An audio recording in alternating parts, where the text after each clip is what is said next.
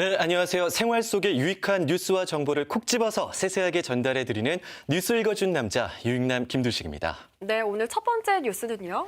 네, 다음 달 1일부터 코로나19 단계적 일상회복 정책 1단계가 시작이 됩니다. 이른바 위드 코로나로 불리는데요. 확진자 폭증 등 돌발 변수가 없을 경우 오는 12월 13일 2단계, 내년 1월 24일에는 3단계가 시작됩니다. 네. 일단은 백신 접종률이 70% 넘어서면서 이제 약속했던 대로 위드 코로나로 들어가게 됐는데 구체적으로 어떤 정책들이 시작이 되는지가 궁금합니다.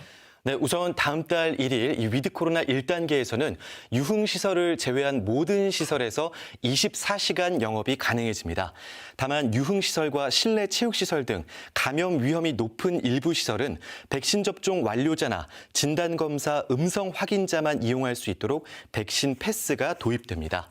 사적 모임은 백신 접종 여부를 따지지 않고 전국적으로 10명까지 허용이 되고요. 100명 미만의 행사는 조건 없이 허용이 되고 100명 이상이면 백신 패스를 찍어야 합니다. 각 단계는 4주의 이행 기간과 2주의 평가 기간을 거쳐서 다음 단계로의 이행 여부를 결정하는데요. 1단계 생업시설 운영 제한 완화에 이어 2단계 대규모 행사 허용, 3단계 사적 모임 제한 해제라는 그 큰 흐름으로 진행될 예정입니다. 네, 또 2단계, 3단계에서는 어떤 변화들이 있는지 궁금한데요. 정리해 주시죠. 네, 우선 12월 중순에 시작될 2단계에서는 이 유흥시설도 영업시간 제한이 풀릴 것으로 예상됩니다. 실외, 야외에서는 마스크 의무 착용을 하지 않아도 되고요. 또 백신 패스를 도입하면 대규모 행사의 인원 제한도 없어집니다. 3단계에서는 사적 모임의 인원 제한이 완전히 사라지고 각종 시설 운영, 대규모 행사에서 모든 규제가 사라집니다. 하지만 실내에서 마스크를 착용하는 것은 위드 코로나 전 과정에서 핵심 수칙입니다. 네. 실내에서 마스크 착용만 하게 되더라도 그게 어딥니까? 네. 지금의 그 답답함이 없어질 수 맞아요. 있는 거니까요. 거기다가 또 무증상 환자라든가 경증 환자 같은 경우에는 재택 치료를 받게 될 수도 있다고요? 맞습니다. 무증상 경증 환자는 기본적으로 재택 치료를 받게 되는데요. 현재 생활치료센터는 단계적으로 축소됩니다. 정부는 방역 수칙이 완화되면 필연적으로 확진자가 늘어날 것으로 예상하고 있다. 하지만 실내 마스크 착용, 전자 출입 명부, 안심콜 등 핵심 방역 수칙을 바탕으로 확진자 규모를 관리 가능한 수준으로 통제할 것이라고 밝히기도 했습니다.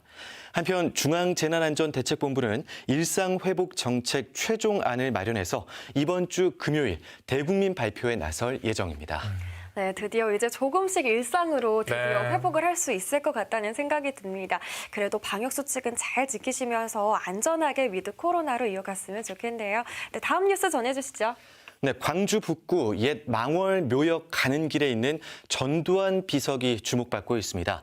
이 비석 안내문에는 5.18 영령들의 원혼을 달래는 마음으로 이 비석을 짓밟아 달라고 적혀 있는데요.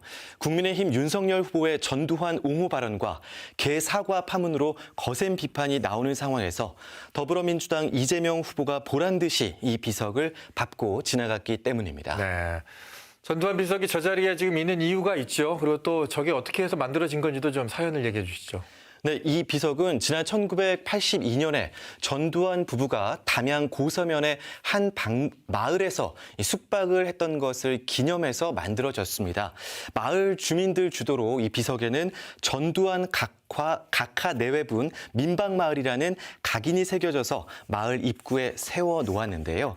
그러다 1987년 6월 항쟁으로 전 씨가 정권에서 내려오자 한 청년이 야밤에 찾아와서 망치로 비석을 깨트려 훼손시켰는데 마을 주민들이 이 비석을 다시 만들었다고 합니다. 그러자 이번에는 광주의 민주화 인사 10여 명이 단체로 찾아와서 그 새로 만든 비석을 곡괭이로 부숴버렸고 이후 모 신문사 기자가 망월 묘역 방문객들이 이 비석을 밟고 지나가면 교훈이 될 거라는 생각에 그 부서진 비석 일부를 가져와서 이 망월 묘역 가는 길에 묻었다고 합니다. 네, 지금은 이 망월 묘역을 찾은 주요 인사들이 전두환 비석을 밟고 지나가는지가 또 관심의 대상이 되고 있잖아요. 그렇습니다. 문재인 대통령은 지난 2012년 대선 후보 시절에 이 망월 묘역 참배를 마치고 나오다가 전두환 비석의 존재를 듣고 가던 길을 되돌아와서 발로 비석을 밟고 지나갔었습니다. 김무성 전 의원을 비롯해 보수 성향 인사들은 이 비석을 피해서 지나가곤 했지만 이낙연, 추미애, 심상정 등 진보 성향 정치인들은 대부분 비석을 밟고 지나갔었습니다. 네, 민주당의 이재명 후보도 저 비석을 한참 동안 밟으면서 윤석열 후보를 신랄하게 비판을 했다죠? 그렇습니다. 이재명 후보는 유독 이 비석을 오랫동안 밟으면서 메시지를 내놨는데요. 우선 전두환 씨 그분은 반드시 오래 살아서 꼭 살아생전에 처벌을 받길 기대한다라고 말을 했고요. 윤석열 후보에 대해서는 민주주의, 인권, 평화를 위해서 어떤 역할도 하지 않았다. 민중들이 피와 땀으로 만들어낸 그 민주주의의 혜택만 누렸던 사람이다. 전두환이라는 이름이 가지는 그 엄혹함을 전혀 이해하지 못할 것이라고 이야기했습니다. 또 아마 망월묘역에 왔어도 존경하는 분이기 때문에 비석을 못 밟았을 것이라고 비꼬기도 했습니다. 네, 국민의힘 윤석열 후보 같은 경우에는 전두환 옹호 발언 또 이어서 개사과 파문으로 지금 호남의 민심이 들끓고 있는 상황인데요. 앞으로 또 어떤 입장을 내놓을지 지켜봐야 할 것 같습니다. 마지막 뉴스 전해주시죠.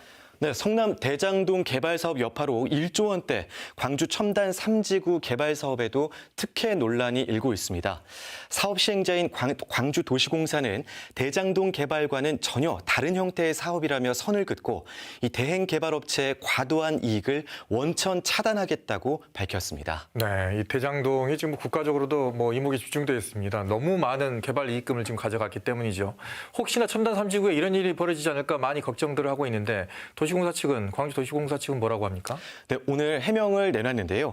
우선 대장동 사업은 택지 조성 사업과 아파트 분양 사업 모두의 민간 사업자를 참여시켜서 수천억 원대의 이익을 가져가게 한 것이 문제가 됐다고 설명했습니다. 하지만 첨단 3지구 개발 사업은 이 택지 조성 사업은 100% 광주도시공사가 담당하고 아파트 분양 사업에는 대행 개발사가 참여하지만 분양가 공개, 분양가 상한제 적용, 또 수익률까지 명시하겠다고 밝혔습니다. 또 만약 과도한 초과 이익이 발생하면 공공에 재투자하도록 명문화하겠다고 강조하기도 했습니다. 네, 시행사인 광주도시공사 측이 입장을 내놨음에도 불구하고 시민사회단체 측에서는 우려의 시선을 거두지 않고 있는 상황인데요. 어떤 조항들 때문일까요? 네, 시민단체들은 우선 그 과도한 초과 이익의 기준이 얼마인가 그 기준이 구체적으로 명시되지 않았다는 점을 지적하고 있습니다. 또 현대 엔지니어링 컨소시엄이 단독 참여한 공모 과정에서 특혜 의혹도 제기했는데요. 업체의 유동 비율, 시공 능력 등 선정 기준이 해당 회사에만 유리하도록 설정됐고 단독 참여 시 유차로 재공모하는 관례도 이번에만 없었다는 겁니다. 또 초과 이익을 제한했을 때 현대 엔지니어링 측이 과도한 제재라며 사업에서 발을 뺄 경우 어떤 대책이 있는지도 지적하고 있는데요. 도시공사 측은 시민사회의 우려를 무겁게 받아들여서 철저하게 검증하고 협상하겠다. 그리고 시민들에게 하나하나 공개하겠다고 입장을 내놨습니다. 네, 말씀하신 것처럼 그 과정 자체를 투명하게 공개하면서 시민들을 이해하면은 다른 잡음이 없겠죠. 네. 예, 그렇게만 돼서 광주 공동체에게 이익이 제대로 좀 돌아왔으면 하는 바람입니다. 유익남 소식 여기까지 듣겠습니다. 고맙습니다. 고맙습니다. 고맙습니다.